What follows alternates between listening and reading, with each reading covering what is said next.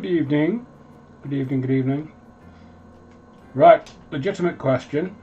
I have my little mini air conditioner type thing on close to my desk. So I need to know whether it's making too much noise and whether you can't hear me, or whether it's bothering you or anything like that. So if someone could let me know, otherwise I shall just proceed. Hello, Mick. Right, there we go. That's me. Ooh. How are we doing? Gosh, it ain't half hot, Mum. Innit? It is a hot day and set to get hotter, so drink lots. Stay inside if you can, and if you can't, avoid the high point of the day, and yeah, stay alive. What have I been doing this past week? That is a very good question. Have a quick look on my Instagram and see what I have been doing, so I know what I need to be showing you. I don't think I've actually done that much. Let's have a quick look. Oh, I need to go and get that. Maybe not. Oh, I need to go and get them. And that. Anyway, right, okay, yeah. Look at my Instagram, you'll see what I've been doing. Okay, what are we going to do today? That's the real question. Okay. The eagle-eyed amongst you will have noticed that on the splash screen for this stream there was exactly what I'm going to be doing today. So, you know, that's a bit of a redundant statement. So, should we get on with it? Sector Mechanicus scenery. Gosh, that's close to the camera, but hopefully you can see what's going on here. I've just sprayed that with I don't know whether it was Chaos Black or the Colour Forge equivalent. Well, anyway, matte black paint, and we're going for the lid of the wet palette because we're going for the airbrush again. This thing is going to hopefully look a bit like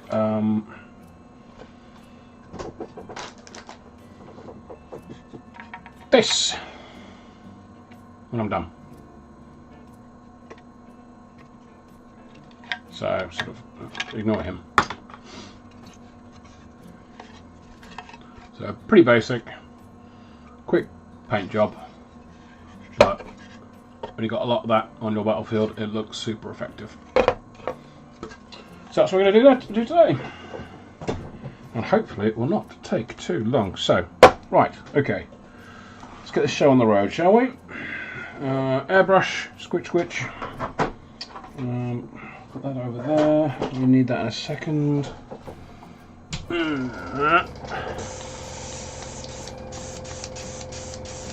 What's coming out of there? Is that water or is that?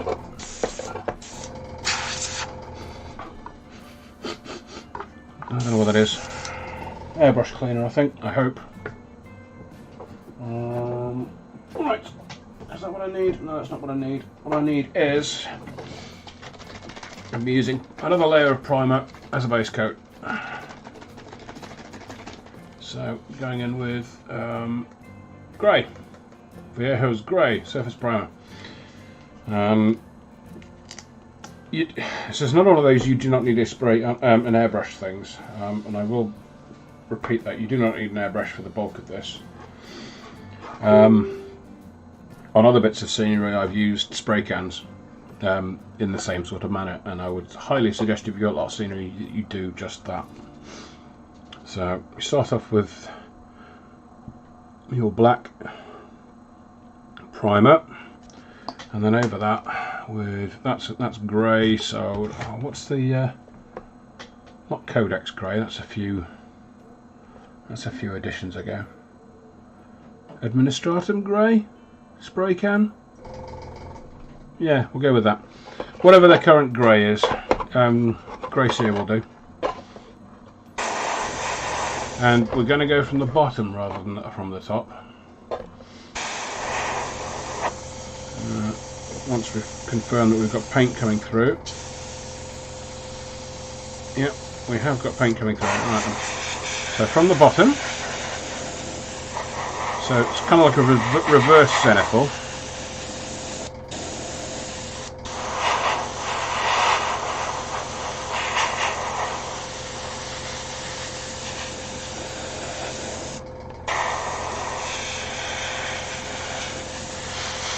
And the reason for this is we kind of want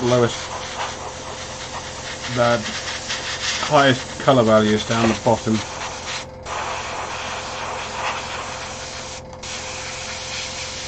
The bottom of the piece rather than the top, because we're coming in from the top with another colour. It should end up giving it a sort of a scorched along the top kind of effect.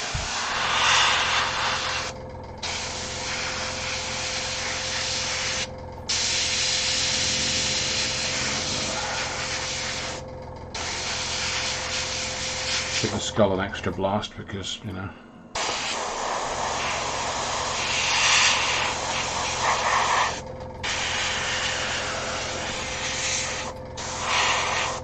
Okay, we're not getting an awful lot of paint through this. Oh, thank you, Mick. Mick is an absolute legend.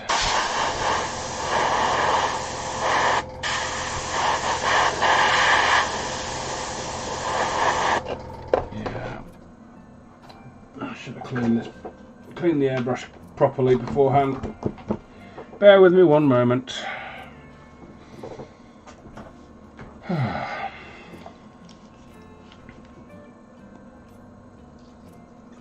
So that answers that question. It probably wasn't airbrush cleaner that was coming through the airbrush.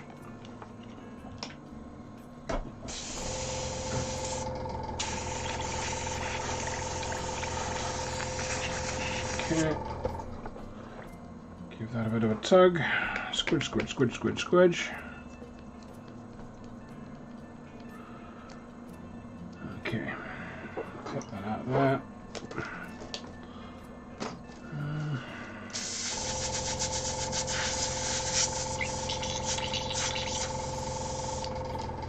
Cool. Right, so let's stick a bit of airbrush flow improver in there, which is very useful. And basically magic because it doesn't thin the paint and yet helps push it through the airbrush using magic.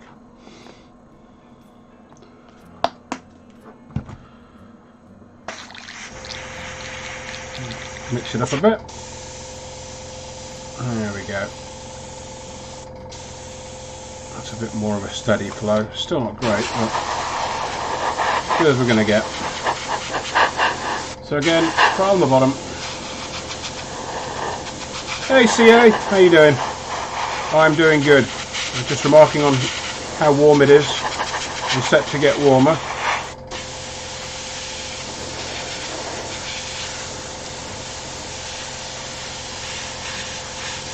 Rumour is the sun might have come out in Scotland even.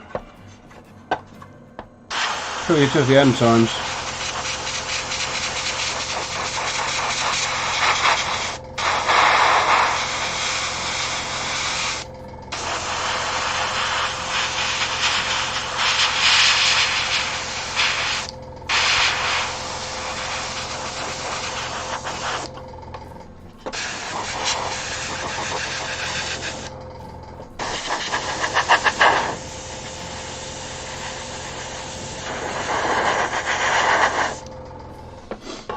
For anyone new to the British Isles, the sun hasn't been seen in Scotland since the days of Bonnie Prince Charlie, so it's quite the event.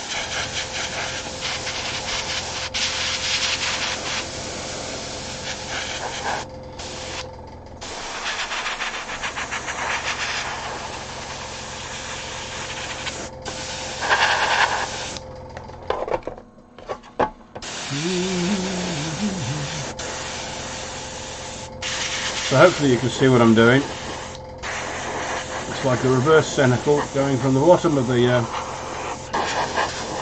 piece to the top, and I'm keeping it fairly sort of blotchy and uneven, so there'll be areas of cleaner concrete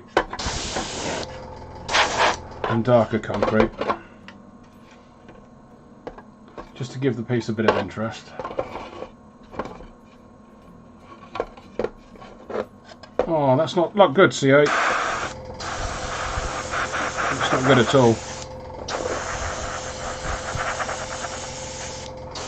I mean, I don't know what you do, but... And at the risk of sounding like the lefty liberal I am, are you part of a union or something? Is that something that could help out?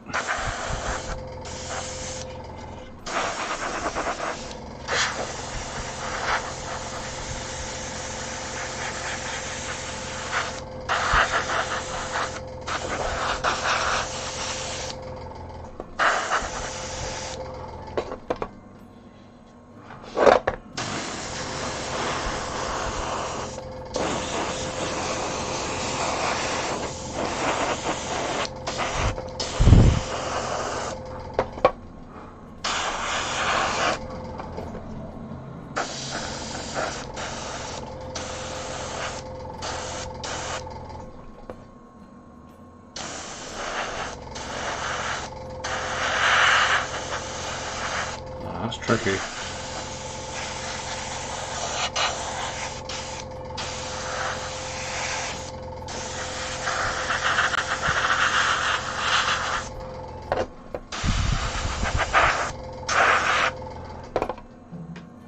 I guess the only thing you can really do about that is if you can find photographs of the vehicle from before you started. Yeah, it's a difficult situation. Sorry about that, dude. I hope it works out best for you.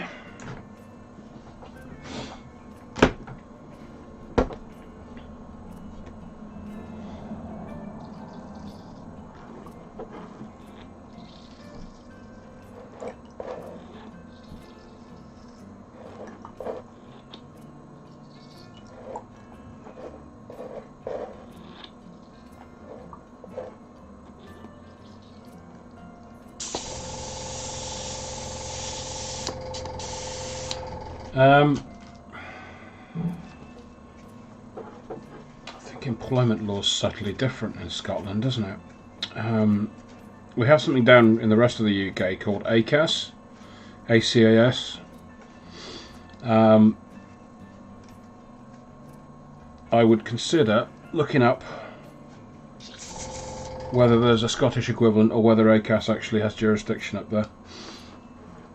They're arbitrators. So they will help talk to your employer and act on your behalf if necessary, give you advice.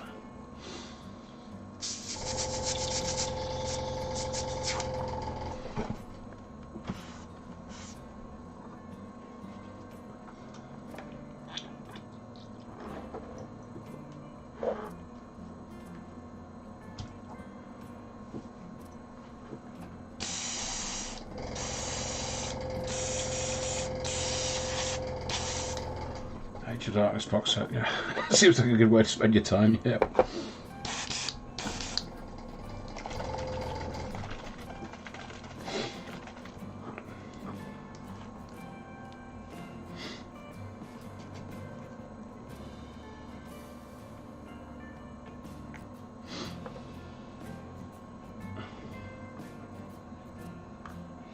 Yeah, ACAS or failing that, citizens' advice. I know for a fact citizens' advice are a thing up there, and they should be able to signpost you if they can't directly help themselves. Right. So I don't know whether you saw me loading up my airbrush, but I loaded some of the brown sauce into it because we're going to go from the top downwards now, just to dirty things down a bit. And again, I'm not going uniform with this. It's just to create some sense of dirt, particularly in the corners and on the base and in recesses.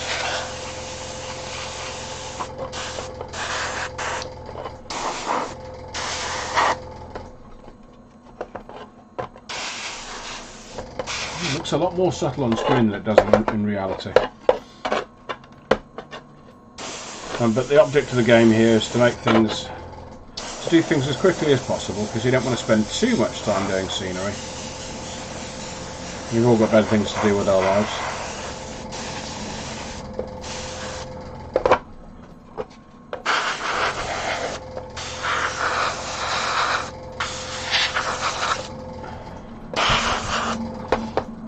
And the stars on any battlefield are probably usually going to be the miniatures themselves, so you don't want the scenery to detract too much from that.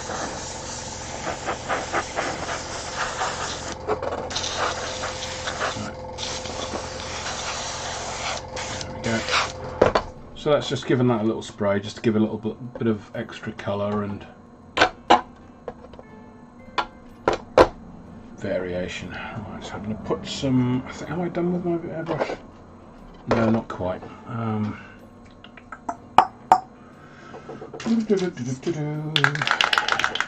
not that. Right, okay, I'm just going to hit up the top with some duraluminum, which is my go-to for metals.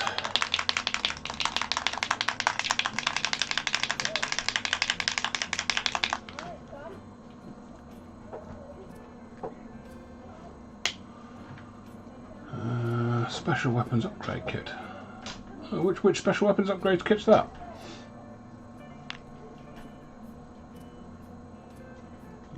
So, just a little bit of that in there. Just give that a quick spritz.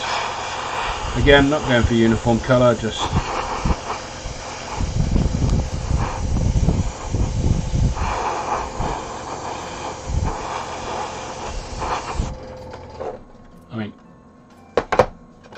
you could almost stick that on the table as is, but we're not going to.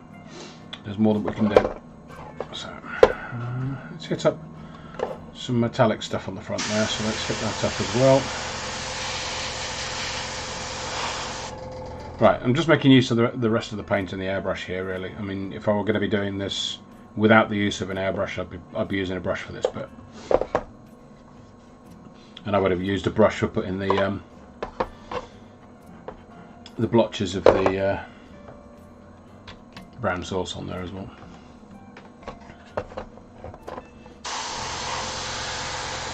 That's what I'll probably end up doing later.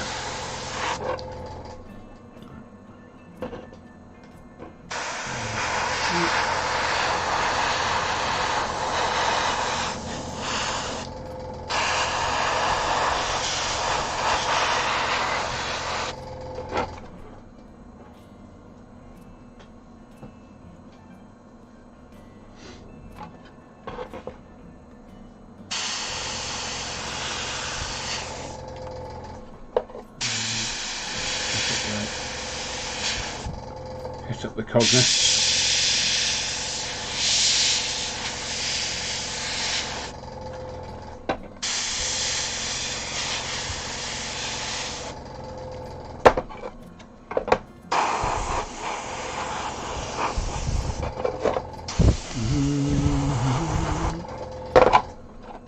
Yeah, I mean that's pretty much done. You could stick that on the table and be quite happy with that. But we're going to go a bit further than that. I'm going to get the paintbrushes out in a sec, because particularly with these Sector Mechanicus stuff, there are bags and bags and bags of detail on there. We're not going to do all of it, because that way madness lies, but it does help if you can pick out bits of detail here and there. So we're going to do that.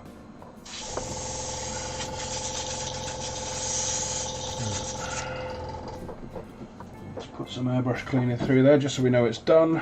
See, airbrush cleaner going into airbrush. Zoop. There we go. There we go. Push that through. Put the airbrush in its holder. Turn off the airbrush. Right. Okay, so we need now clean up the desk a bit because there's spilled paint everywhere.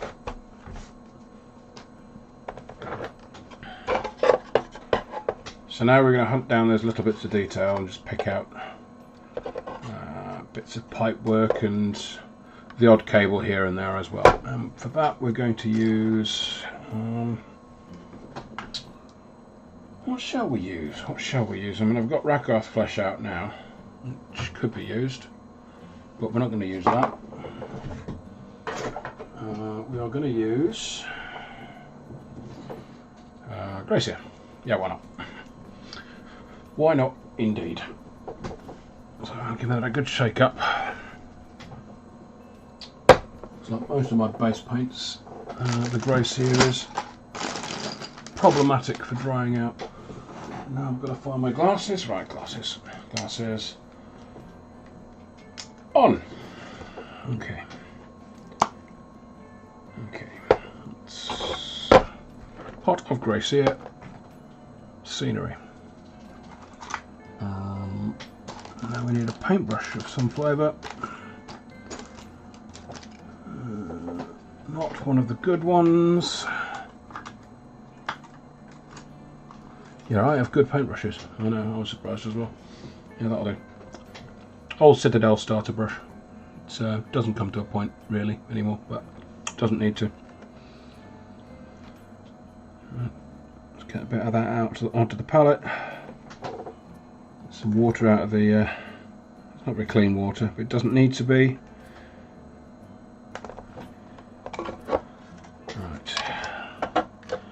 And with this, we're going after cables. Like so, there's some cables there that we're going to pick out.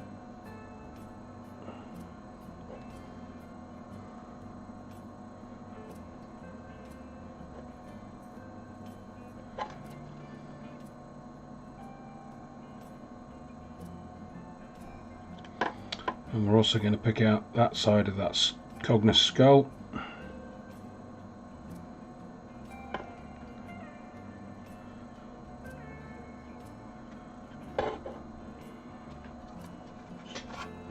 There's another Cognus skull there, so we'll do the same there.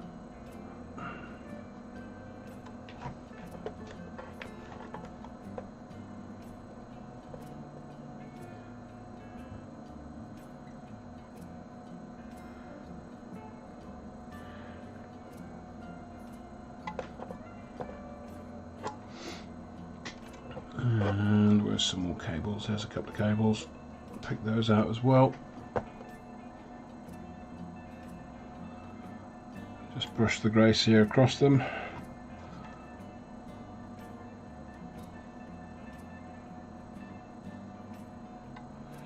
Just to get some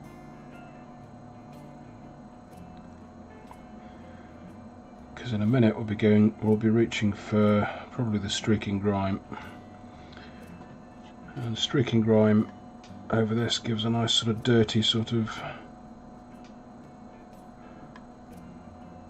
old cable kind of look to it.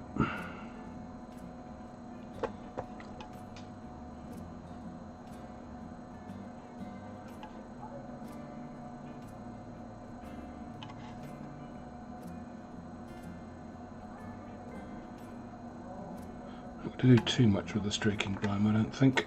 Just a bit here and there. What have we got on the inside that might be? There we are, some lighting cable there by the look of it. Get the cobwebs out of the way.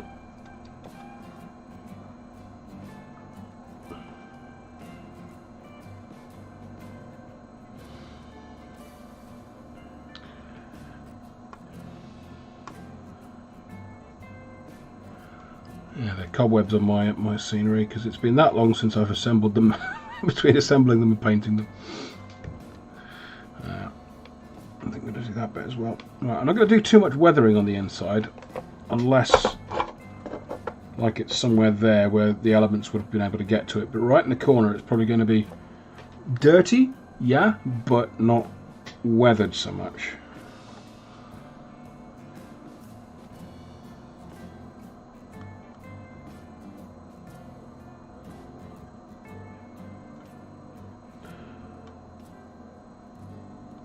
If you wanted to go crazy with this, you could use a bit of red and a bit of blue and do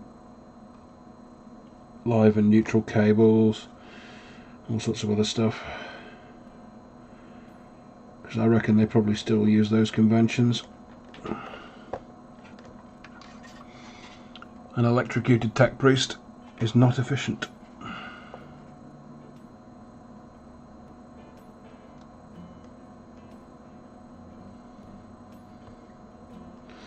Yes, we're not going to do all of this this detail because there's just loads of it. So it's just a bit of detail here and there, really.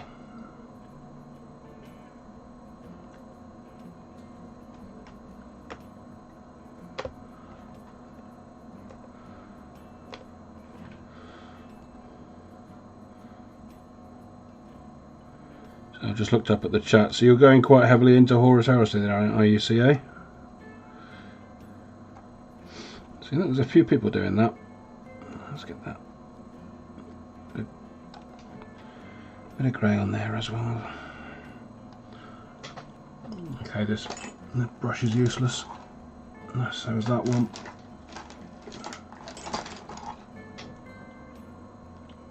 This one will do.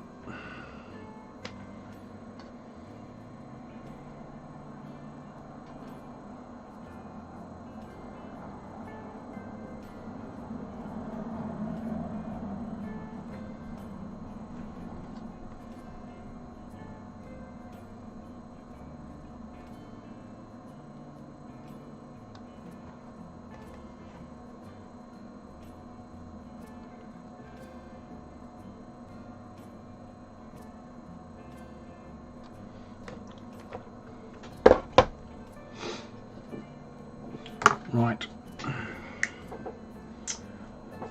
What I'm going to do now, cautiously optimistic. Yeah, that's how I am about Horus Heresy. I mean, there's not many people around here that play it, as far as I'm aware. But I do like the sound of the rules. If the rules are as good as they sound, I think it could be quite good. Right. Okay. So what I'm going to do here. This is the base ready mix from Geek Gaming Scenics, Grimdark Rubble or something. Where's the packet? Or did I throw that away? I think I threw it away. Yeah, Grimdark Rubble or something. Geek Gaming Scenics, check them out. They do good stuff. Not sponsored by them. Wouldn't mind being sponsored by them, but I'm not at the moment.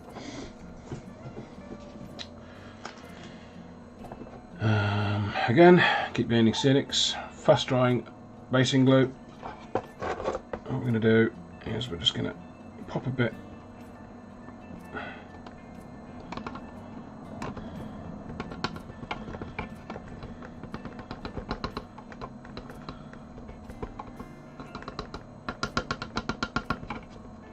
there we go, get in there as well.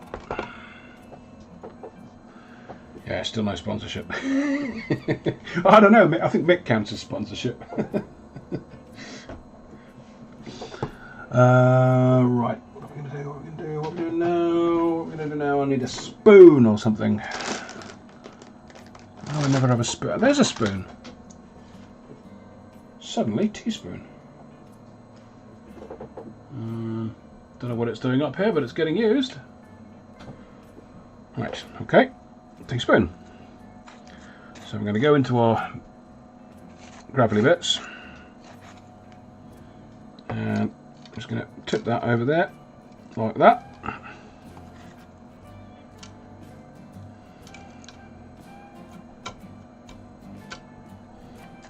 To give the sense of fallen rubble.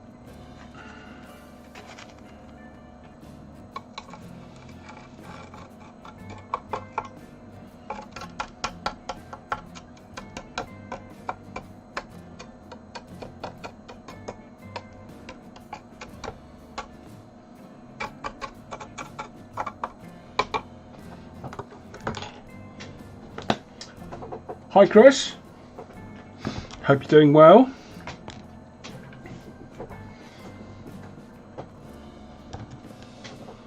Right, now, next thing we're going to do is we're going to get a little squeegee thing. This has some isopropyl alcohol in it and some tap water in it, approximately 50-50. And we're just going to give this a quick spritz.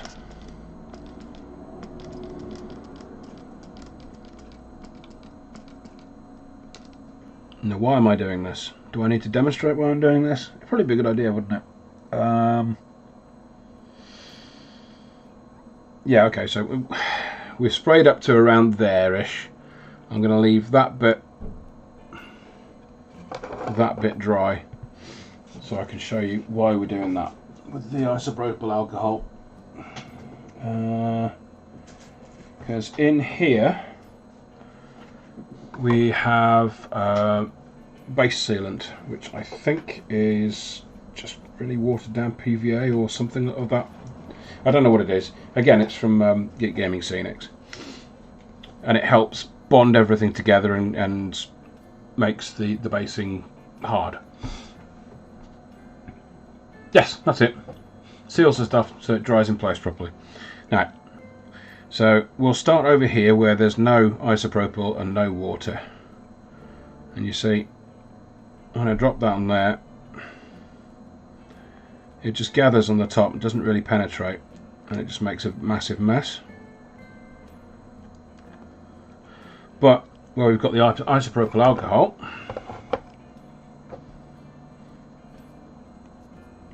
it actually goes and penetrates.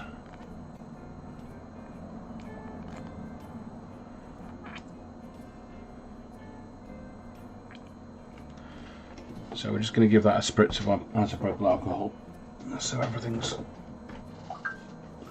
cool and groovy. Here we go.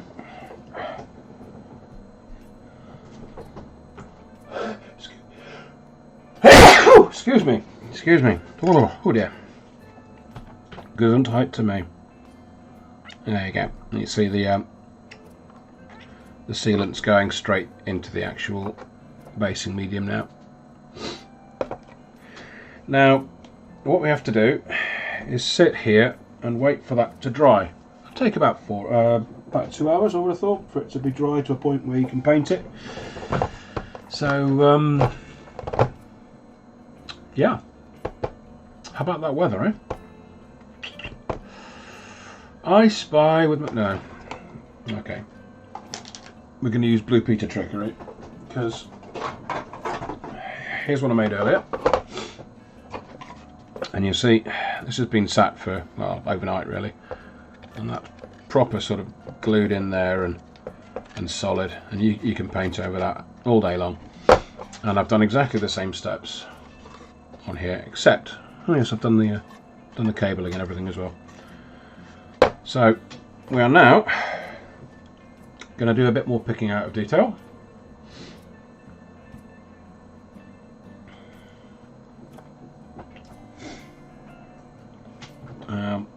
We're going to use a bit of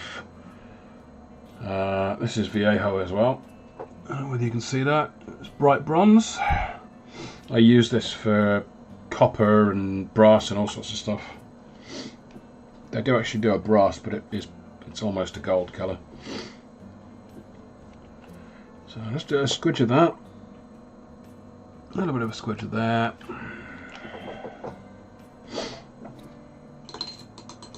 A bit of water going on there.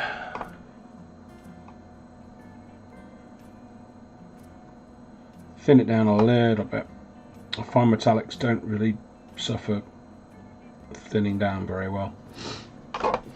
And we're just going to pick out a few of the elements that might be sort of copper. So we've got this sort of arrangement down here, which might be copper pipes. And instantly you get pop and colour. Again, we're not being too careful here. You're just getting the sense of the colour there, because ideally we want to get to a point where the recipe we've got enables us to just churn through scenery really quickly, so you don't want to be spending too much time fiddling with details, which is why we're picking out the odd detail here and there, just giving it a splash of colour and moving on. Which works especially well with bronze and copper and things, because there's kind of a greenish tone to this. I don't know where that's come from. Possibly the streaking grime. I think I did put some streaking grime on this actually, I think. Yeah, so there's a little bit of a greenish tone from that. But already you're getting that sense of weathered metal just by giving there a few spots of the metallic colour there, rather than a solid colour. Hey Jamie!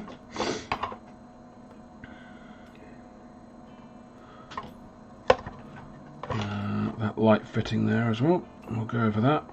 Again, just hitting up the highlights,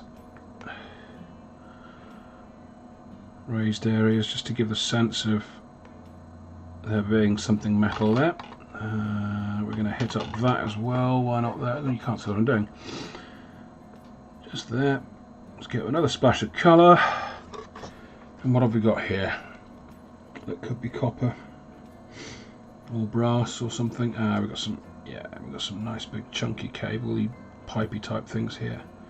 So we'll do that.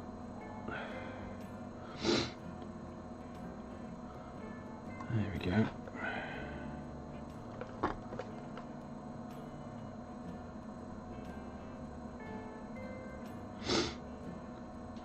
Now, I appreciate everything I do is like super close up because of how I got my camera set up. So I will be posting pictures as I do every evening of stuff that I've done in the live stream, so that you can get a proper sense of what I've done.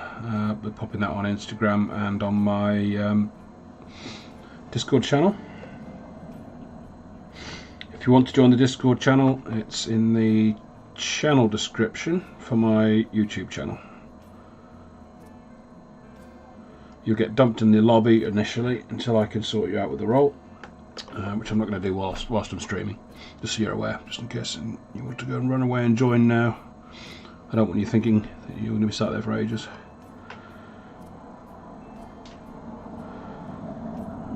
Okay, there we are, a few spots of bronze, copper, a few bits there as well.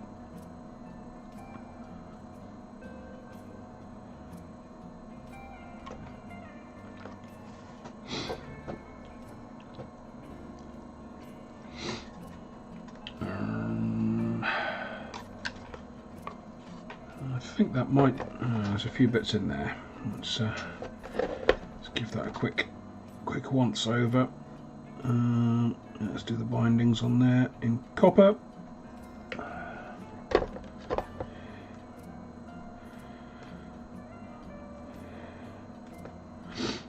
And this control panel, just give it a quick dry brush. This is an old brush, so I use it for all sorts of things. It's a bit of a workhorse. Okay, yeah, so we'll do that as well. I think there's some pipes that sort of come up and round the corner there. I reckon they could look quite cool in copper. So do that. Well, we will do that.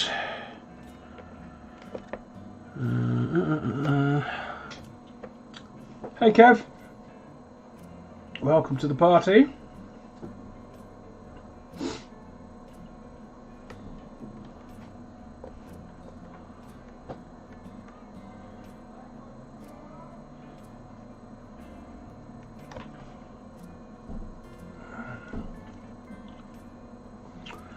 Okay, I think I need a different brush.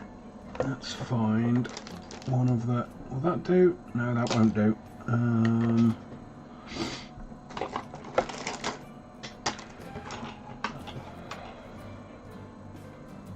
might do. I've been using that too much for dry brushing, but I think that's probably where we are at the moment.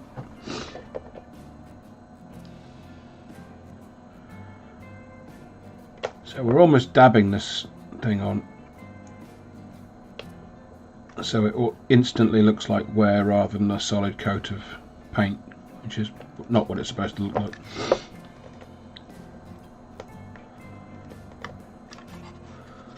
Yeah, and it's gone around the corner, so we'll just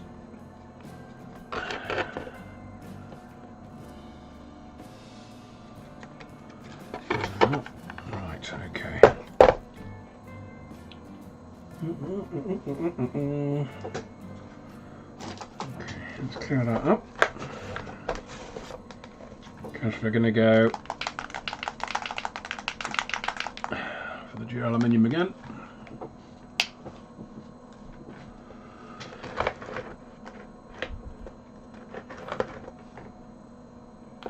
New demon. Oh yes. Oh yeah. I think they've been long overdue for a new demon prince, haven't they? Really.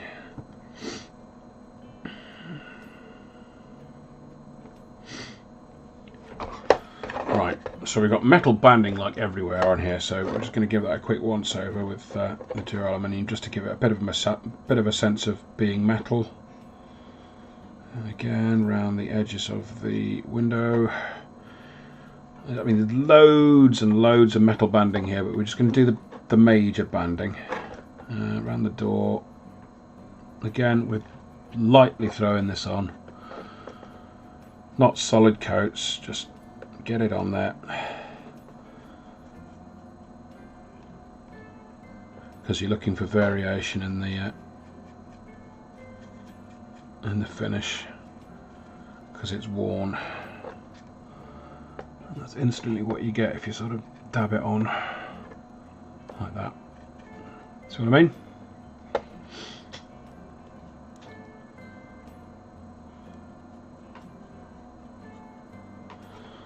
This is why a lot of people say there's no skill involved in grimdark painting.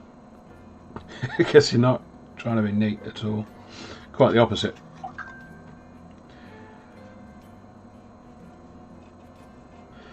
But I would maintain there's a lot of skill in doing grimdark well and avoiding the miniature itself looking messy. Because you're striving for realism, or as close to realism as you can get in a fantasy setting, and making things look as if they would, or as if they were part of the 42nd millennium battlefield, and possibly have stood there for tens of thousands of years.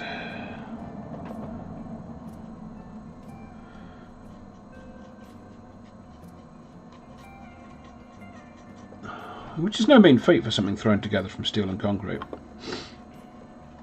Which is all these things are. These prefab buildings that are just thrown together.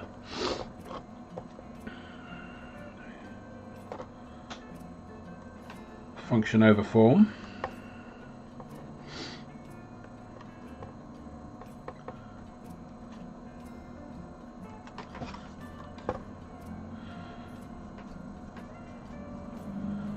Yeah, so I'm almost dry brushing at this point.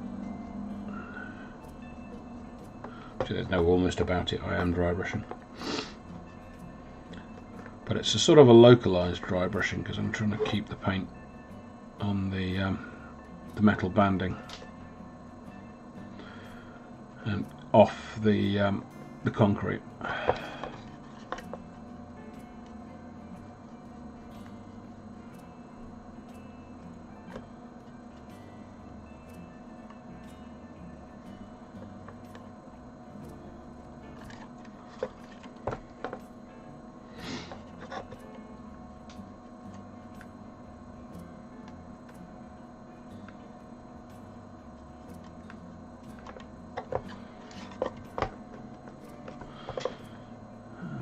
Okay, let's get some paint on the cognus.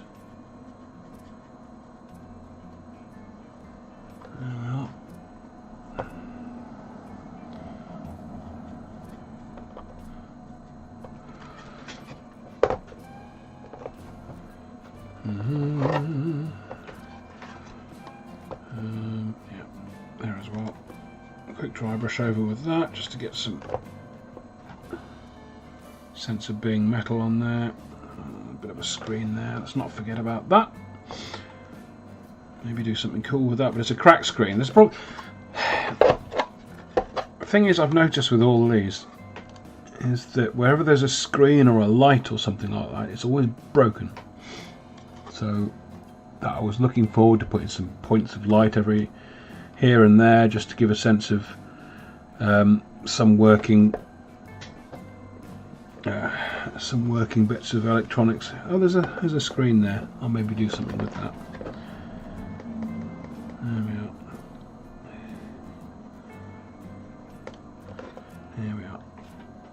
Just to pick it out so I remember. Right, let's get a bigger dry brush going.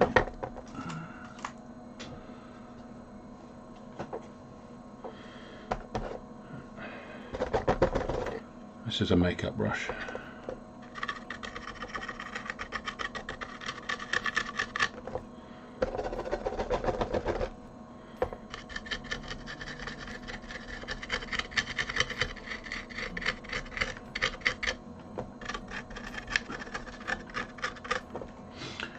Again, you're just going for a hint of metallic there. I think we've got any wet paint down there still. Let's just hit that up. Okay, right. That's a better dry brush.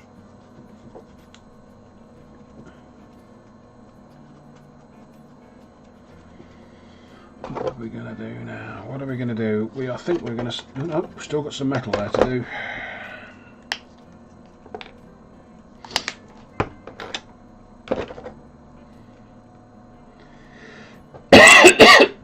Still a bit of metal in there as well.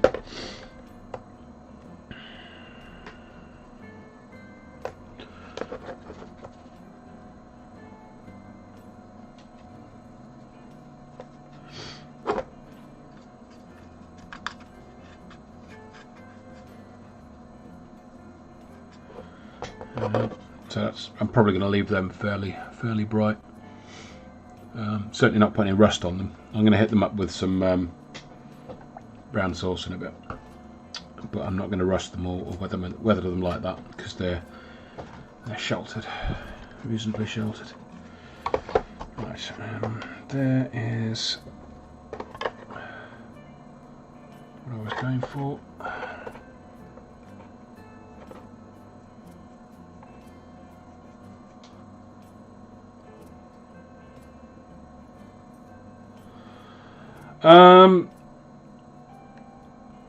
So senior question.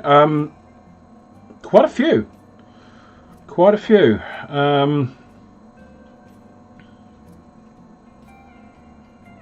Yeah, quite a few. You get.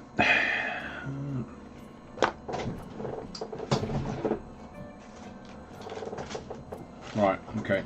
So that's the size of a bag you get.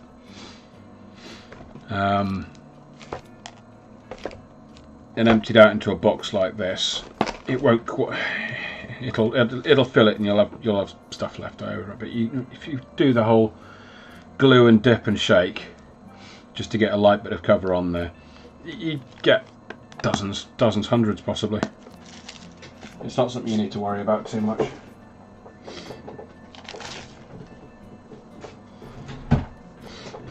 Right.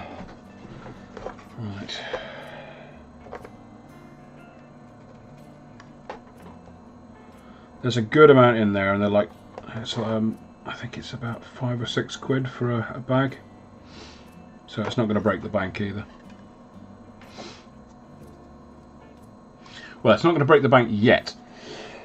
The way things are going, who knows?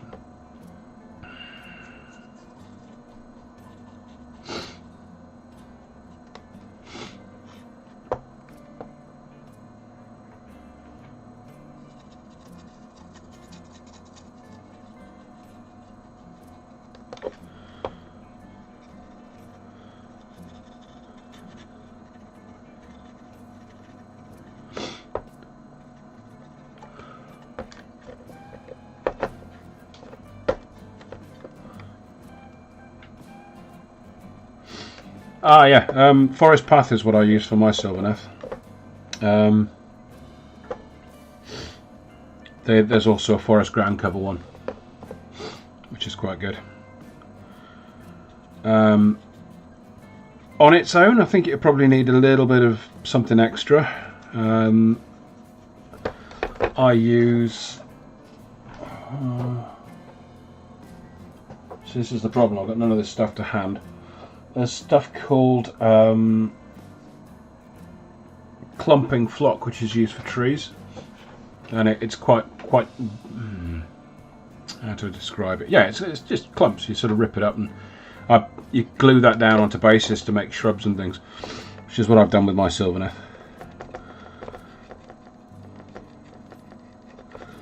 So they do need some a little of something else, whether it's that or maybe it's not broken. Ha! Oh, happy days. Right, okay.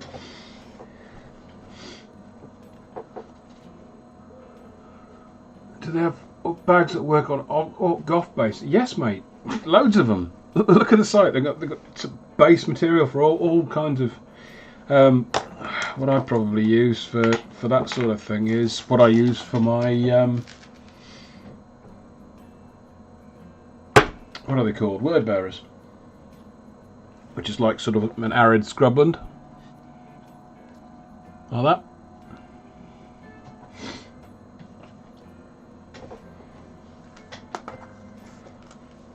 Like that. Like that. Like that. Just like that.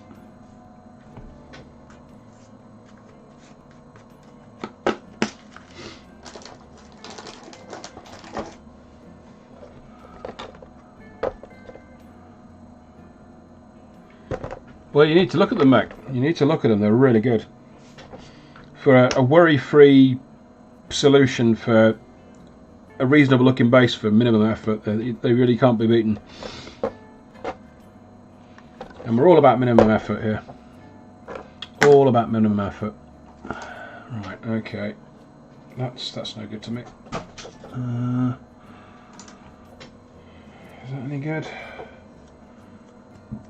Barely. Right. Oh gosh, I'm gonna have to have a massive clear out of my brushes. A lot of them are just sort of gacked up, which is no good to anyone.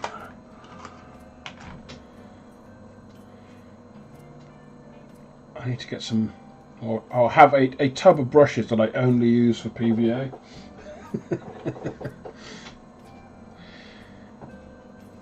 Right, there we are. Still got a bit of play in it. So what we'll do is let's add some brown sauce in it. So we'll put some brown sauce in that.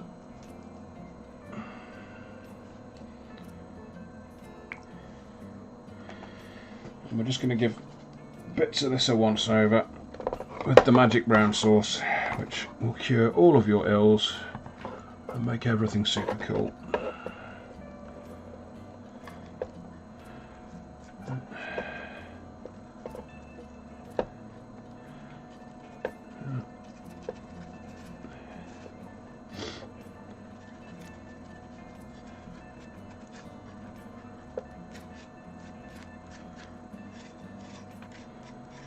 So we'll brush downwards, so we get, if we don't get complete coverage in some places, we'll end up with a sort of a streaking effect, like where water's been running down it. There we are. And already that's looking spot on.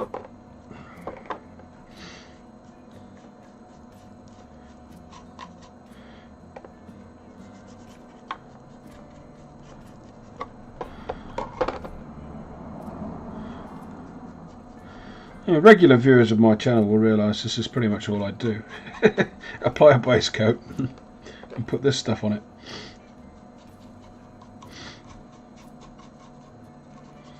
But you know, if it works, it works. And this isn't all I'm going to do. There are additional steps. I'll probably get some enamels out in a minute. And some... yeah, I'll probably use the... dirty down stuff as well.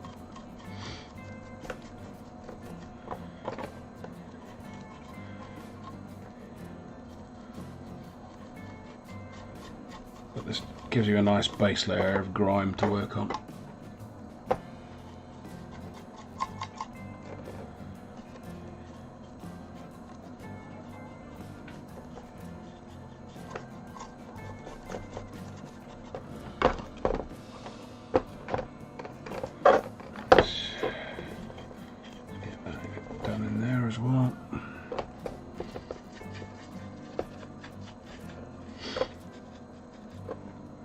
just knocks the shine off things and gives a sense of dirt and adds contrast, which is always good. There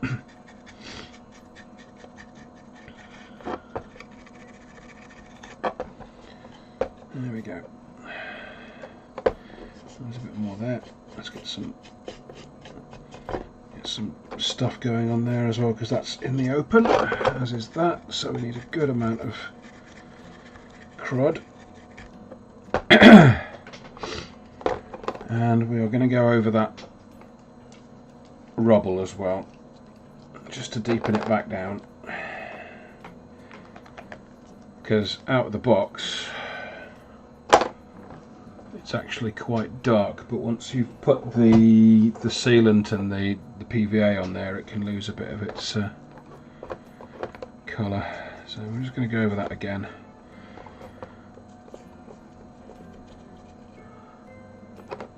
Just to give it a bit of depth. There we go. Lovely. Lovely. Right.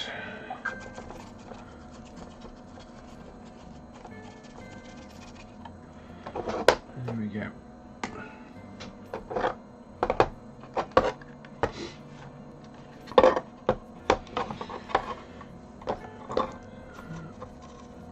Try not to be too fussy here. As the paint starts to dry, this wash starts to dry, you can sort of drag your brush down it and create streak type effects as well. And that's made possible by the extra medium that you put in it. So I'm going to have to see what the new washes are like.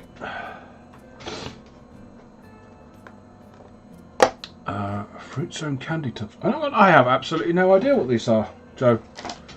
No idea. Got them from Amazon. Plastic tubs. I bought them thinking they were going to be a bit bigger than they are, but you know, they're a good size.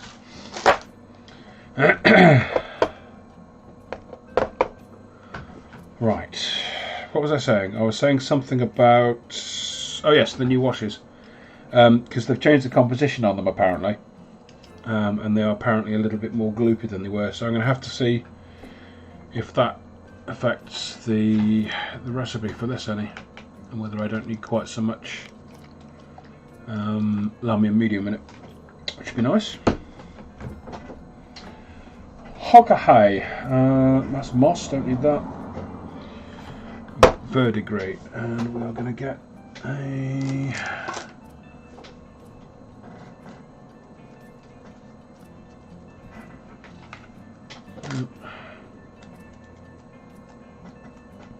Yep. Hunting through my brushes again. That's probably no good either. Let's throw those away. Right. Yeah. I'll fish out a new brush, why not?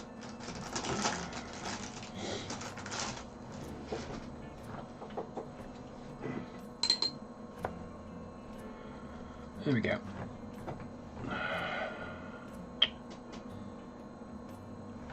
Oh, cheap brushes. Cheap brushes, right. Clip that off because you don't need that.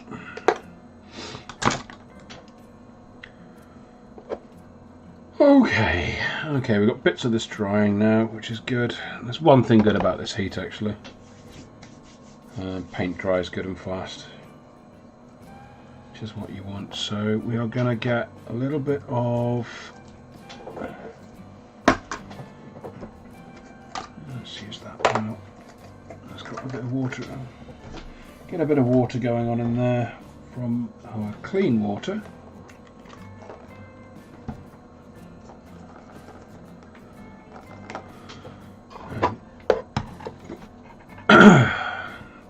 So that's vaguely copper. So we're going to give this verdigris a nice big shake.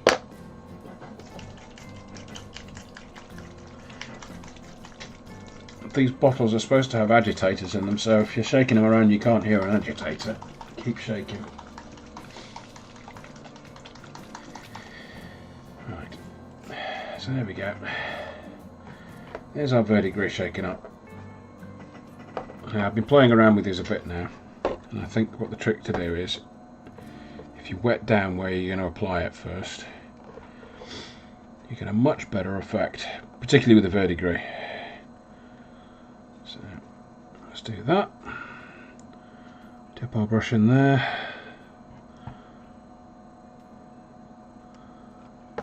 And I don't know whether this is going to show up too well, but I'm just going straight over the top of that.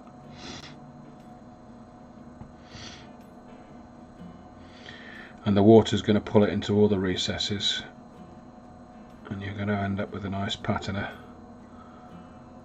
It's still a bit wet up there as well, so there we are. So a touch of water in there just to wet it down a bit, and we're going over the top of that as well.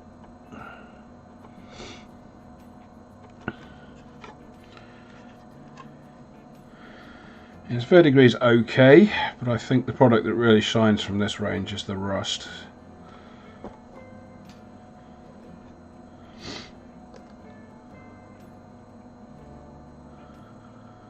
Yeah, there we are.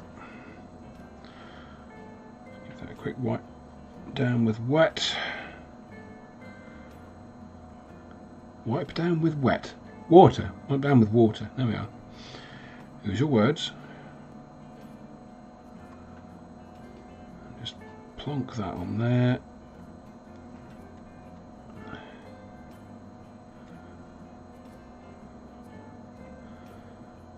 You get a nice verdigris effect going on there.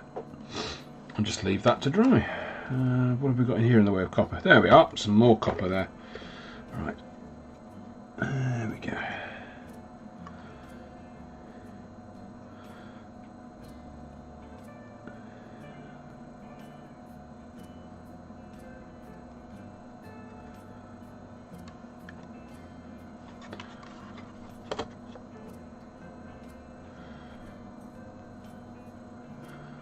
Another bit of copper there.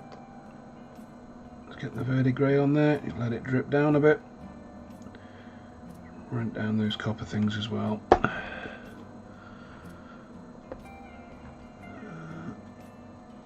Bang it there for a bit of colour as well. There's no actual metallics there, but you know, why not?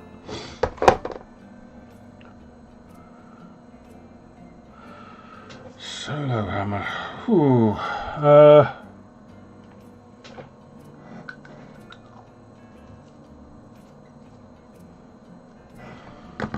I don't know, I mean, I've got my table set up downstairs. It's just a case of time and inclination, I think. I think same as Paul, I'm feeling a bit of I'm not feeling the 40k love at the moment, it must be said. I think it's probably stratagem fatigue. Rules fatigue. That's just too much for my small brain to cope with.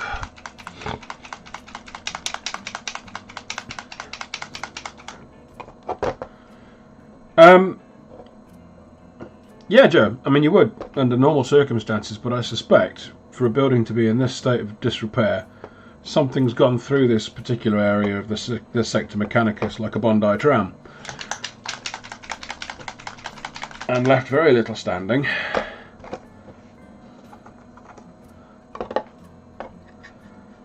And the Mechanicus probably decided it was inefficient to try and preserve what was going on. Right, okay, so we're going to start hitting up with the rust now. So I'm just going over the metal bindings and around the bottom of the door as well, because again the door is ever so slightly ajar. I don't know whether you can see that. There's the ridge of the door. Ridge of the door? You know what I mean. It's ever so slightly ajar, so there's a bit of an overhang there, so there's a little bit in shelter, so you're going to see more weathering down the bottom of the door than you are in that sort of sheltered area there, so that's what we're going for. I must stop saying that, or the water's dried. So we will crack on with that and give this a good shake.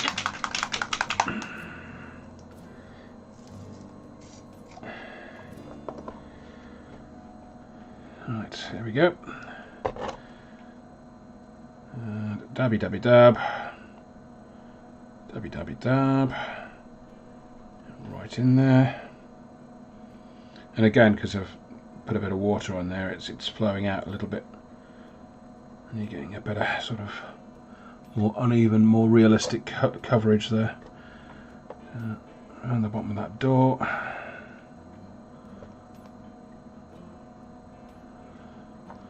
And again, I'm sort of placing the paint more than painting at the moment with this stuff.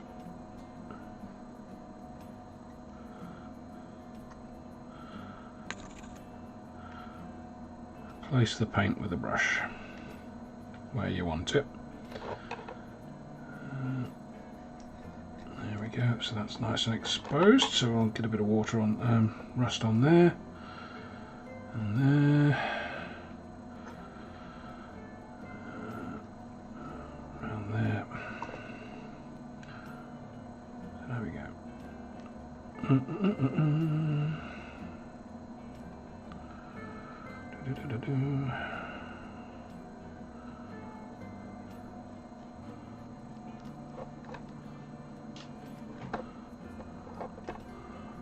Already that's starting to look crazy rusty, so this is amazing stuff, this. Let's get a bit more water going on there, that's dried up a bit.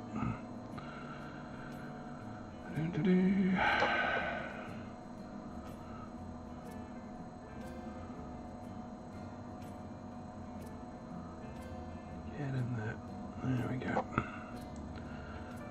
You get a bit of rust running down as well, get a bit of colour going on. There we are.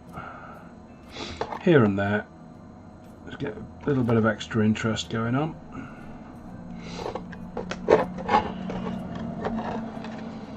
I mean, if you look at that, as compared to, get some stuff on there as well, as compared to the clean side. It's just, love this product. Oh my god, it's so good. Not sponsored.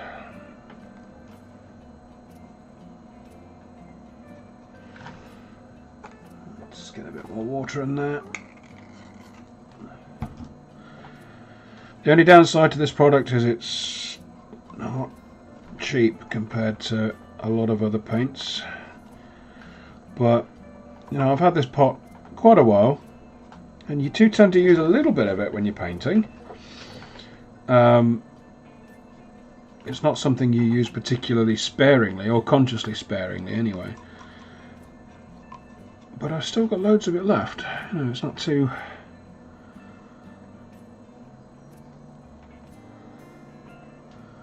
I'm not rattling through it.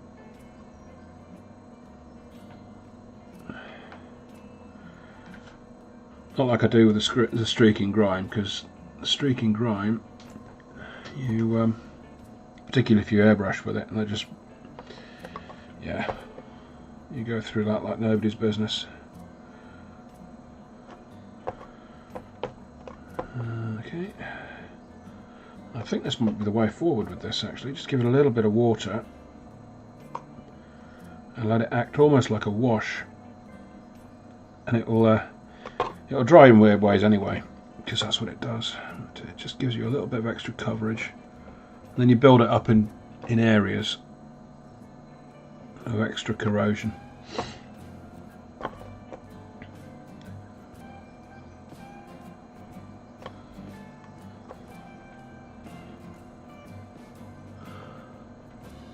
So have any of you guys actually used this stuff yet? The Dirty Down?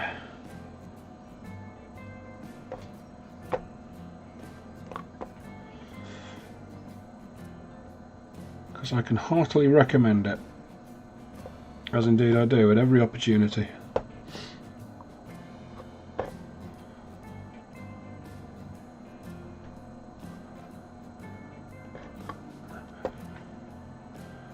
Element do sell it. I do have an affiliate link if you want to support the channel that way.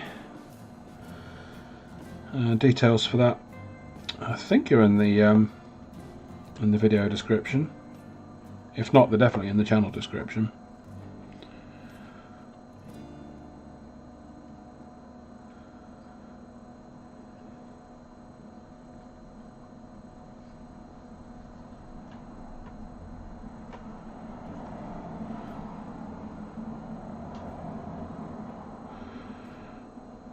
And that just gets me a little bit of a little bit of commission, but at no extra cost to you. Too lazy, dude. This is the epitome of lazy. I am a lazy painter. This product here, this dirty down stuff, takes the place of maybe 5 or 6 other products to produce a similar effect. This is the lazy approach.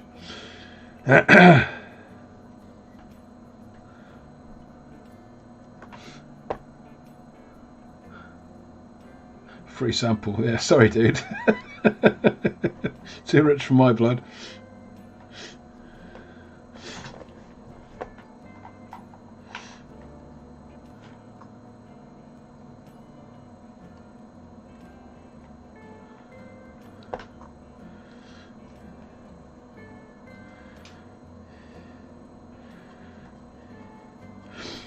Best I can do is offer you an affiliate link and a promo code that gives you extra store credit for Element Games at the moment, I'm afraid, mate.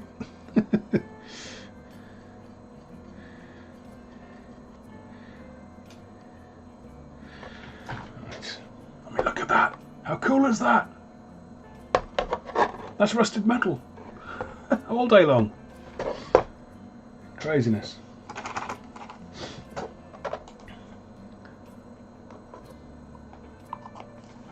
Thank you, Mick.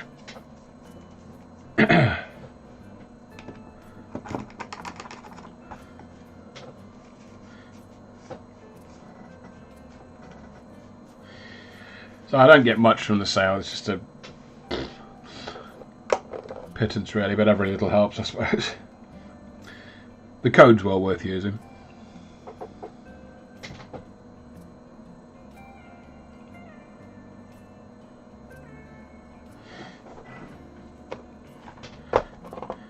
Yeah, Chris, I definitely recommend it. Again, I mean, I've been recommending it all evening, and pretty much every stream I use it, I recommend it. So, yeah, well, I recommend it.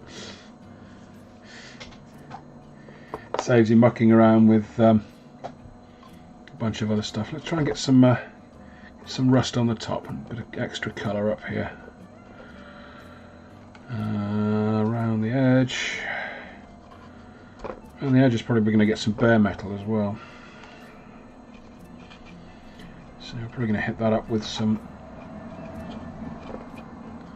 duraluminum in a minute. But for now we're just going to go doo-doo-doo-doo-doo.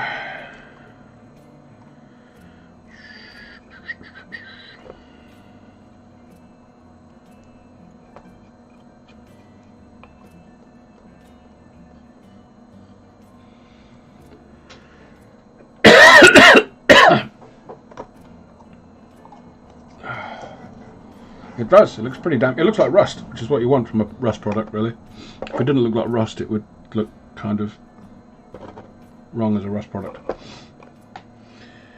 Right, okay, so I need a little bit of extra there because that's in the open.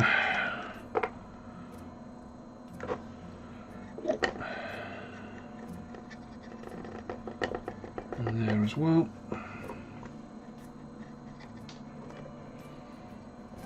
And there as well, because that's in the open too. Lovely jubbly.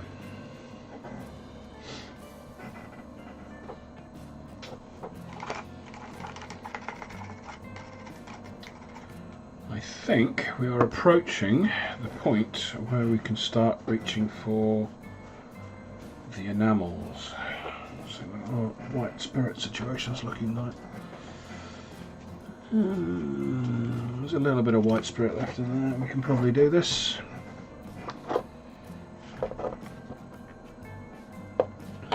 Okay, so we're going to let that dry a little bit. Although with the heat it's almost dry and it's discolouring and it's looking like rust, and that is just crazy. Look at that, amazing stuff. Whoa!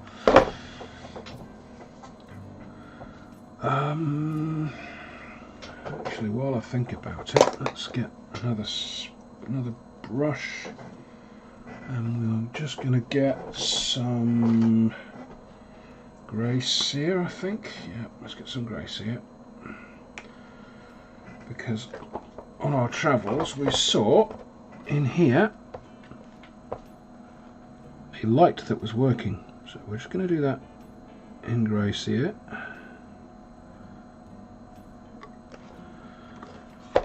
And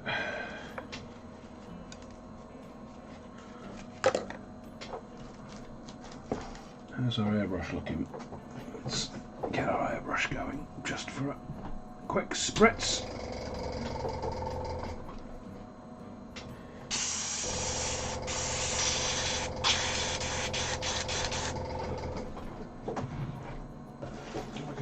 We're going to use a little bit of white ink, I think.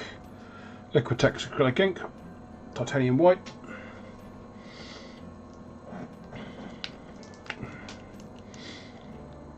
Just need a tiny little splidge of this. Splidge is a technical term for a very tiny amount of paint. It's actually the SI unit of a tiny amount of paint.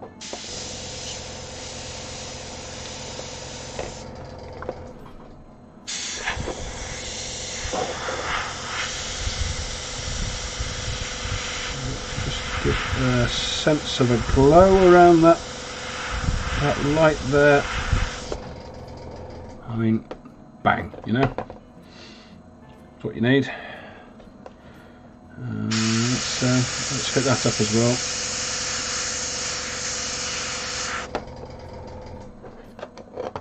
Nobody's going to see that because most of the time you're going to be looking at the top of it and around the bit, but you know, you're going to know it's there. You're going to know it's there.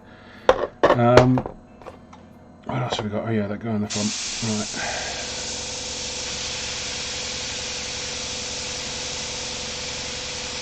There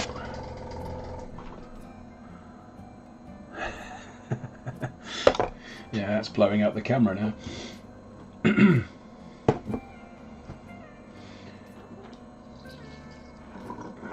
another rinse through.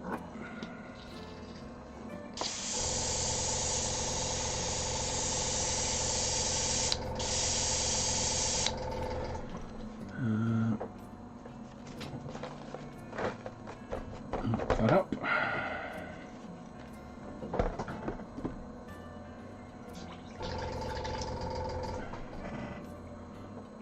And what we can do now is we'll find a little bit of contrast paint and do a bit of glazing. Oh, what colour shall we do that? It's usually blue, those things, aren't they? So we'll go with blue if we can find blue. Where are you, blue? G'day, blue. Nope, no blue there, blue.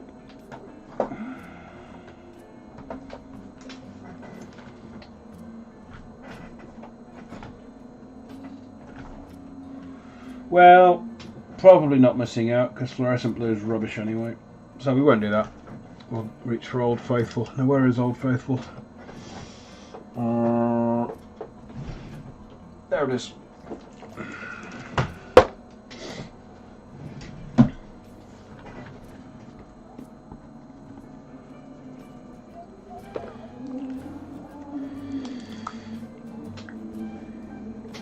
This is, I'll pop the lid on whilst I show you, Talasar blue.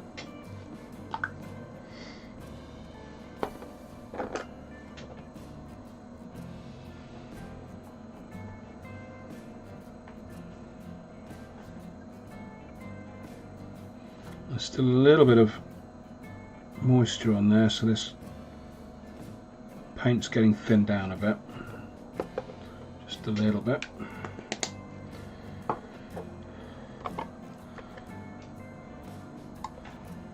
I thought we want it a little bit thinner than that.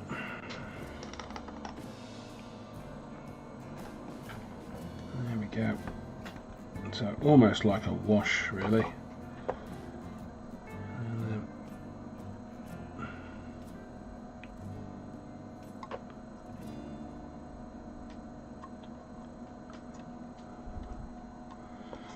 Yeah, that doesn't look like anything. I think we are going to reach for a different colour now. This is trusty, never fails. Tesseract glow. I'm going to do that screen and Tesseract glow.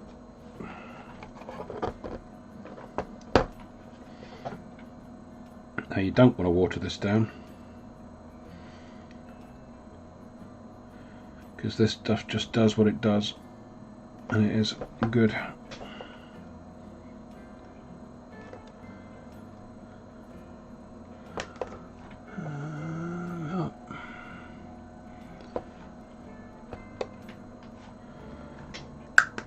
I think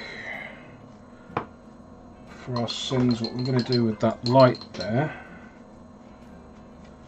is we're going to reach for the Cassandora yellow, because we've got the glow there in white.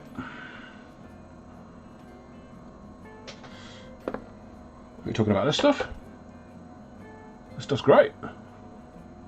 It's great. Just got to give it a really good shot. I mean, if you leave it alone for 5 minutes, it'll separate, and it's terrible in that respect. But for what it is, it's a really good thing.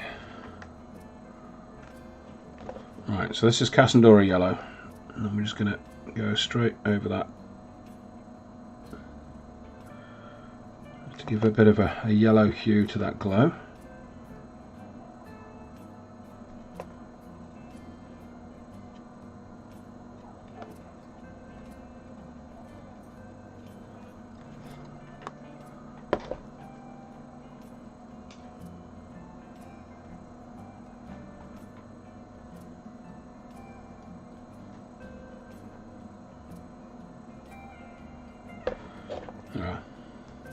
A little bit of OSL.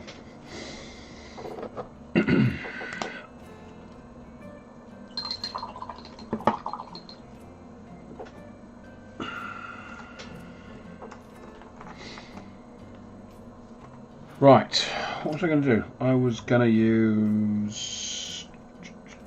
what time are we on? Okay, half an hour. We've got plenty of time. Plenty of time. Good, right.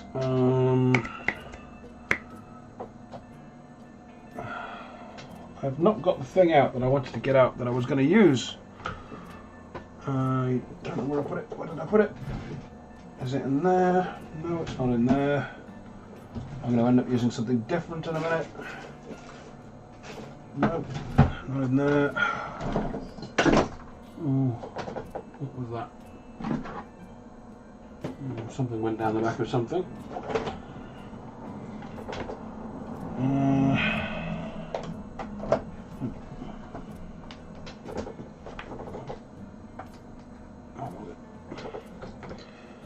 Oh, it was that going down the back of the coffee machine. Right, okay. Rescued.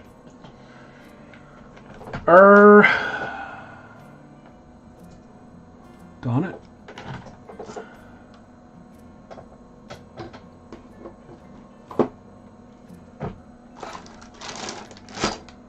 There it is, staring me right in the face. Right in the face.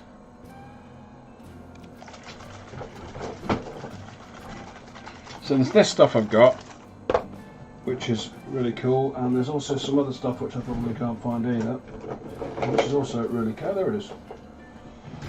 Like right there. So what's going to go wrong now? Which is engine grime effect, which I may use on this, possibly. Possibly. I mean, yeah, there's some engine bits there. Yeah, let's use that. Okay.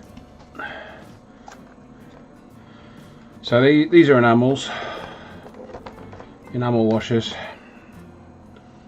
So we're in white spirit territory for thinning these down. But because they're enamels, they do really crazy stuff. And give you a really cool sort of realistic effect.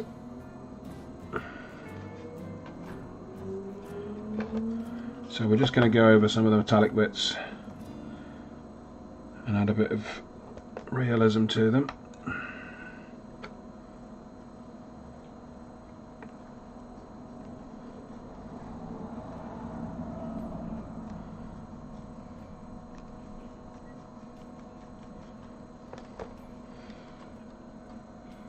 So again, dirtied but not weathered.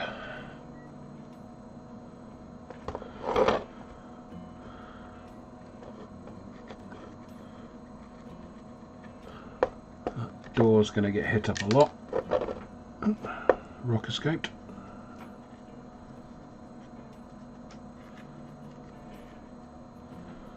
So we're just trying to get some contrast out of here.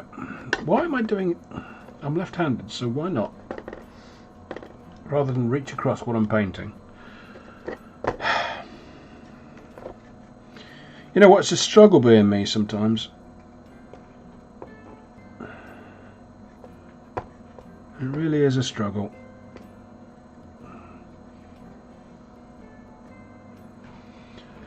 Right, is there anything else I can chuck some engine grease on? Yeah, let's chuck a bit of engine grease down there as well. Off camera, because you know that's how I roll. And I think what we'll do is some of these. Yeah, there we go. Look at that. So we've got lots of rivet plates there. So you just dump that in there, and it just sort of gives an extra layer of colour and grime. And runs down and looks really cool. Yeah, because it's enamel, you get this sort of capillary action, so it'll get sucked up into the. Draw that away again. Yeah, it'll get sucked up into the edges, and you get a panel lining effect. Yeah, if I were to do that, you'll see it'll get drawn along the edge there. Nope. Unless you do that. I'm just going to stop trying to demonstrate stuff and just paint. Yeah.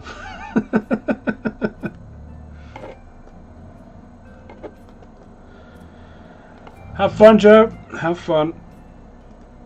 Thanks for stopping by.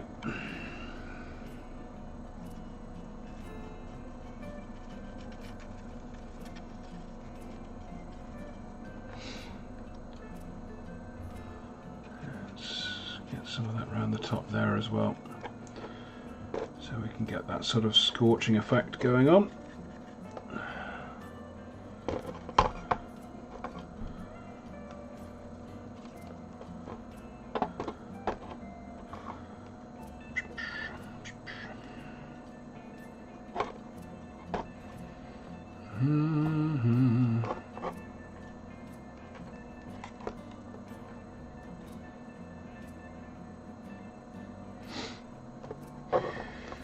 See, this looks fairly complicated, but once you got your process locked in, you can do this fairly quickly.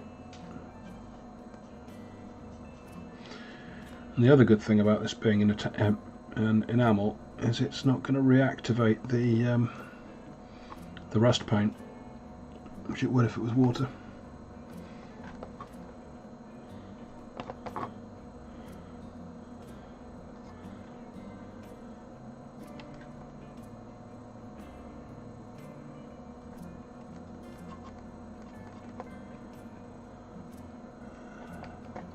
Yeah, it's starting to look quite cool. Right. Splodge that on there, and on there.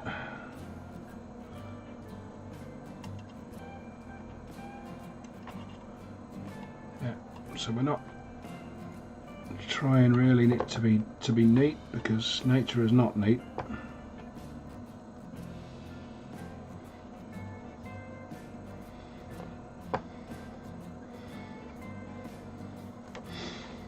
be going for weathering.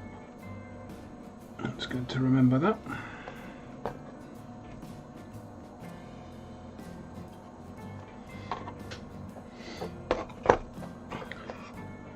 So we're starting to get loads of colour on that. I'm going to put this engine grease away now. Switch colours.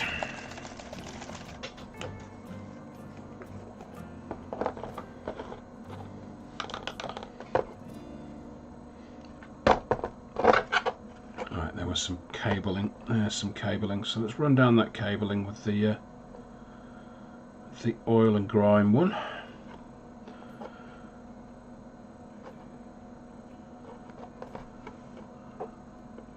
Which just makes that pop.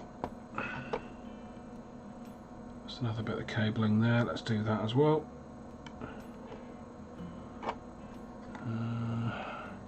Any more ribbed cabling? Yes, there's some more ribbed cabling there as well. Let's do that as well. Do.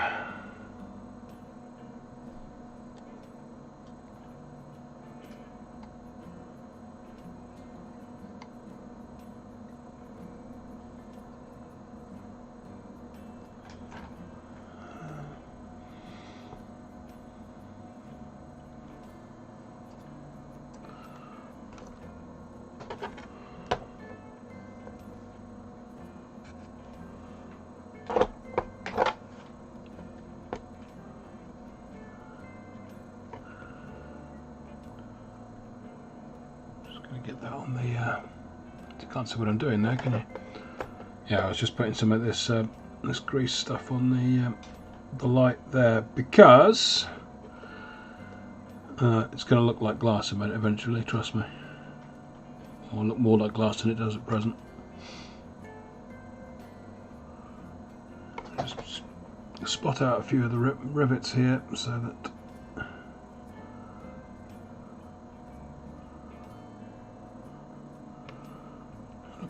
a little bit of extra contrast. Let's get some of this on that roof.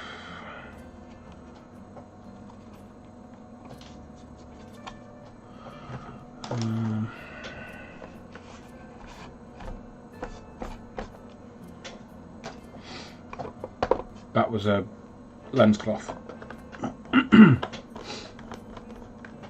But that, unless you're new here, you would have known that.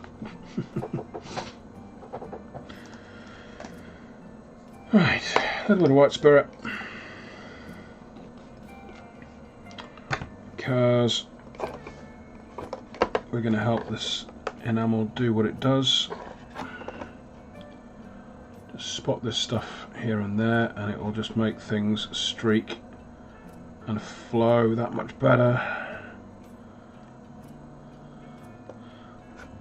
And yeah, I'll end up with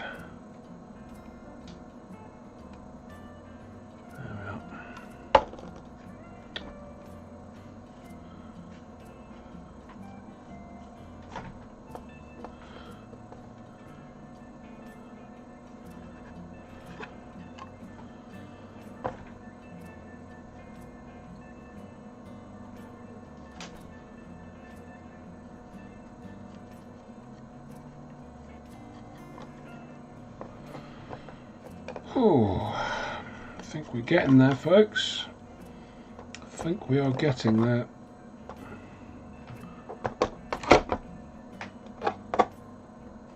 Yeah.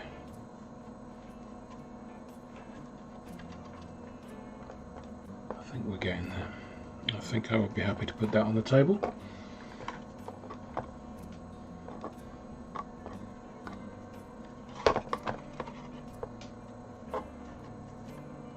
Certainly look in keeping alongside what I've done before.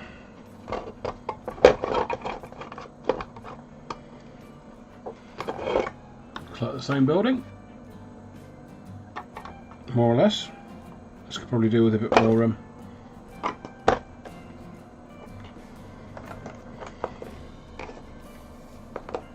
more dirt actually.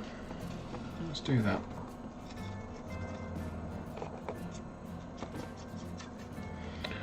This is why it's always good to do this sort of thing in big batches. You don't end up in this sort of situation.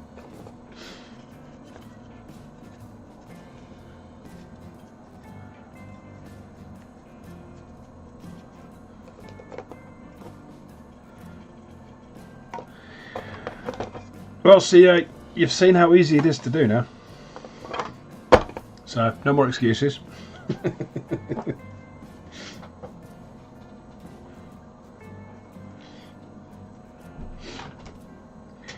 This is not difficult. Once you got the right tools in. What have I done here? Okay. Gonna leave that a bit before I do that, but I'm pretty sure I've shown people what that is. This thing that I'm pointing out off screen. This is Middle East soil from AK, and that just gets dusted on around the base and around areas where dust would collect, and it's just a final touch. So let's put that aside for a bit, because we're just gonna, where is it? Oh, there it is. Grey sear, a little bit of grey sear, and we're just going to finish off the glow in the Cognus's eye there.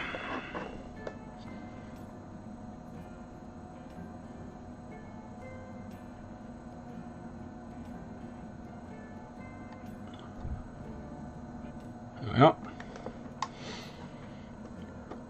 Suddenly that looks sinister.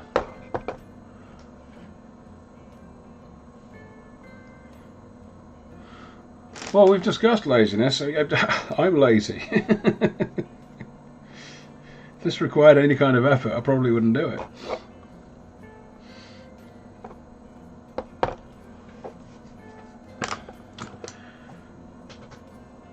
I spent a lot of time looking for products that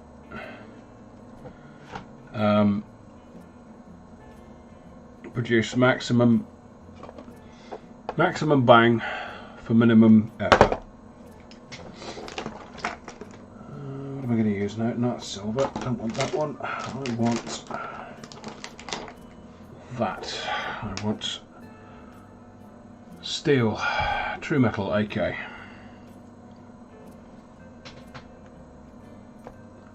just going to pop a bit of that on the palette. Shift this forward a bit, and then I know more or less where I'm painting and what's on screen and what's not. So there's my little spot of steel, AK true metal steel. Now I'm going to use a very, very little bit of this. Yes, Jamie. Absolutely, exactly that. Exactly that. Right. And literally just here and there, little flecks of where the rust has chipped away, and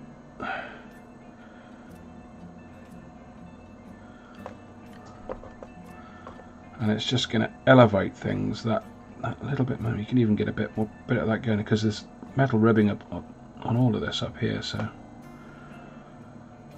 just tiny little spots of this stuff, because this is full on metal. This is metal, so it doesn't pull any punches for bringing up highlighting and selling as being metallic.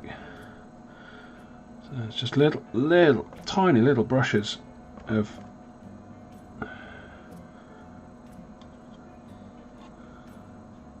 just to sell the metallic effect.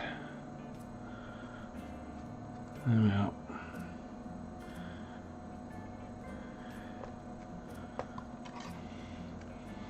And this is elevating it above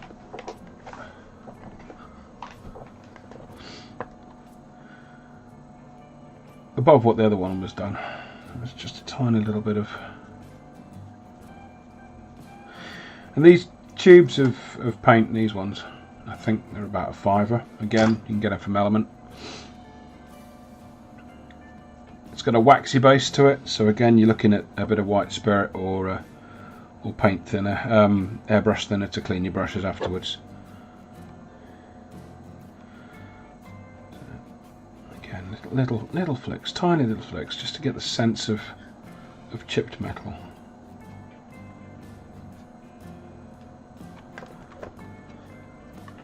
And they really will catch the light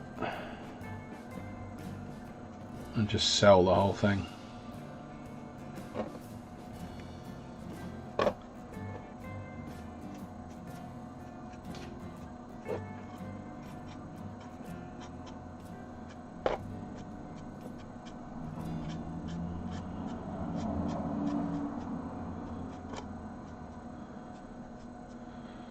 And I think that is probably the last thing we will do to this, other than try and get a bit of that pigment on there. But I think there's still a lot of pooling of white spirit and various stuff going on down the bottom here. So I don't know whether we'll be able to do that convincingly. We'll give it a go though. Don't mind mucking up what I've done for the sake of science. I'll probably see a lot better what's going on when there we are. See, there's a little bit of spot of clean metal here and there, just sells the whole thing as being metal.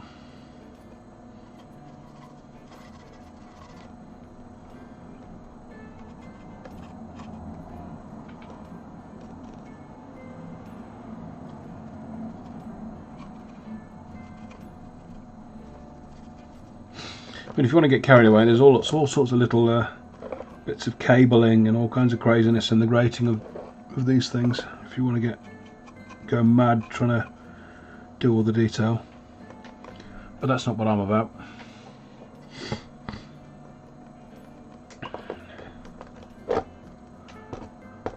You won't need to, Chris. Seriously, you don't. Once you get the right products and just get going on it, it really is just, it all falls together. It really shouldn't be this easy.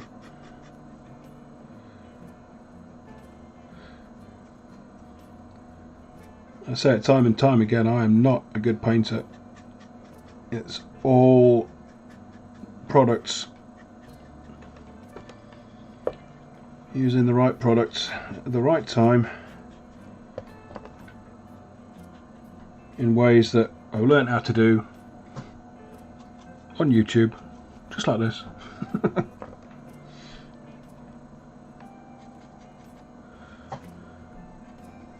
There's no magic to it.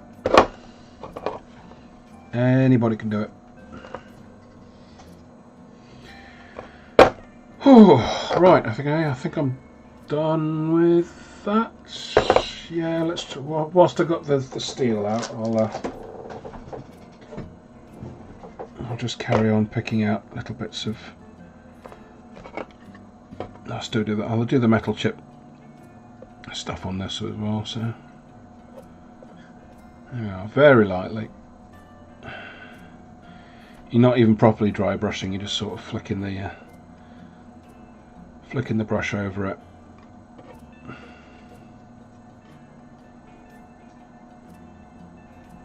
And what looks like sort of dirty rust suddenly looks like dirty rusty metal.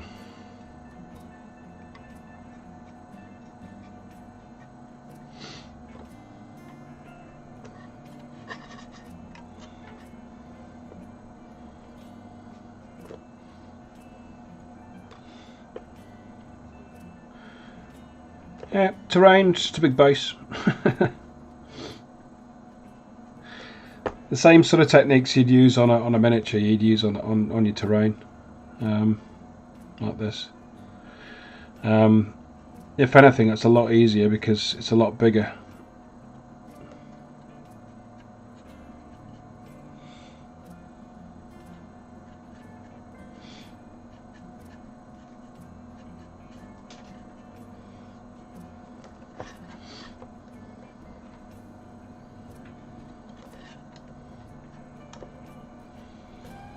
Only just started. Well, in practice makes perfect.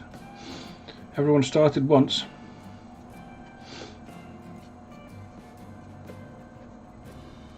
From what little I've seen of your painting, you've certainly got the right idea. There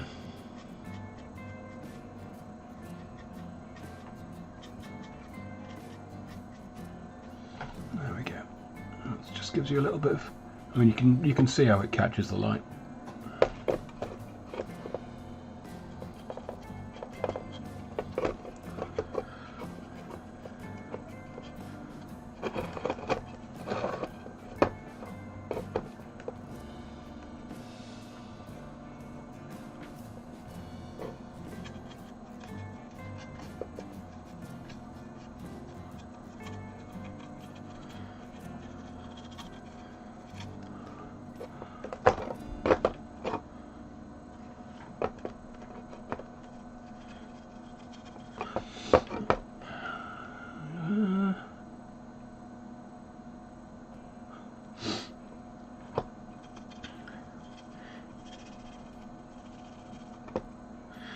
One thing I'll say to that, CA, is it doesn't matter who's better.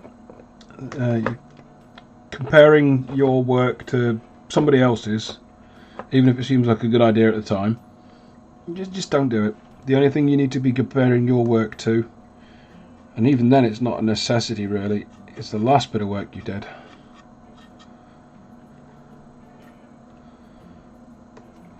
So as long as you can see improvement, it doesn't matter what else anyone else is doing. But then again, you know, a bit of friendly rivalry.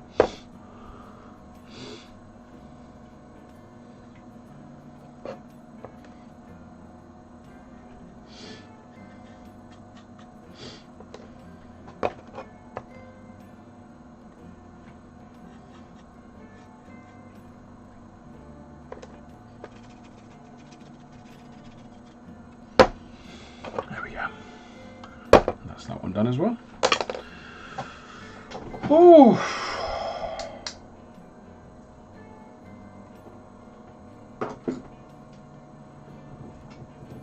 right. What am I going to do now? Oh, you're welcome, Chris. It's true. It's true. Seriously, you just don't. I remember when I started back out painting a couple of years ago, just as lockdown was starting.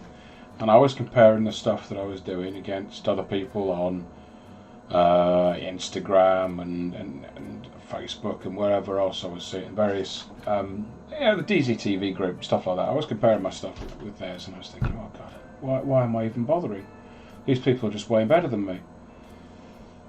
And it can really get you down, and it's not healthy. It really isn't healthy.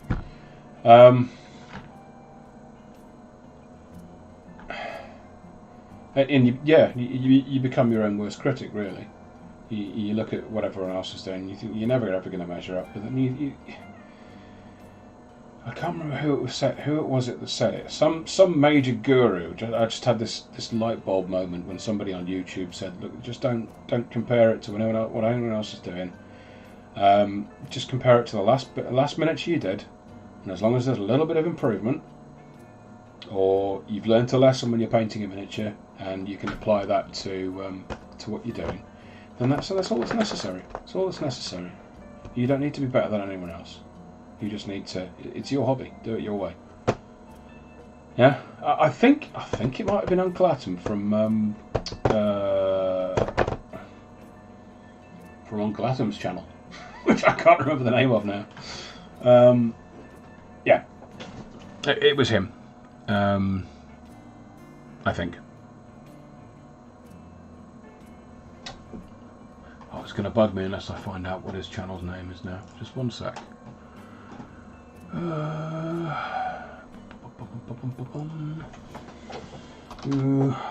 YouTubes.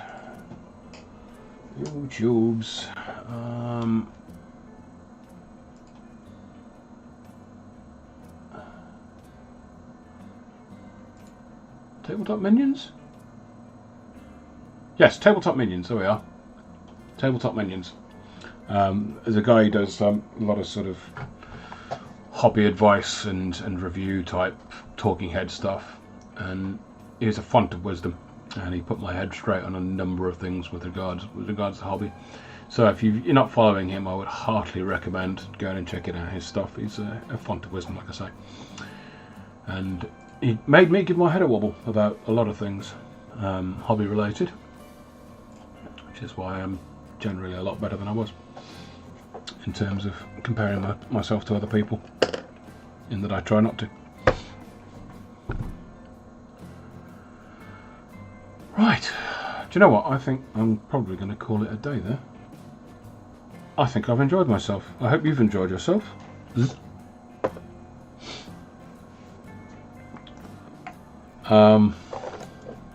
You know the deal. If I'm guessing most of you guys watching at the moment are already subscribed to my channel, but if you know, if you're not, you know where the subscribe button is. I'd really appreciate it if you did hit the subscribe button, hit the like button, hit the comment button if you're watching this after I've done it. Comments really do help the algorithm do algorithm things and grow the channel and all that good stuff. Whew, right, thank you, Mick, for your tip earlier on this evening. Very much appreciated, mate. Your support is very much appreciated. And I think I'm going to call it a day there. So, bye, folks. I shall catch you on the flip side. Enjoy your week. Keep cool out there. Sunday, Monday, Tuesday is looking like it's going to be absolutely crazy in the UK. So, yeah.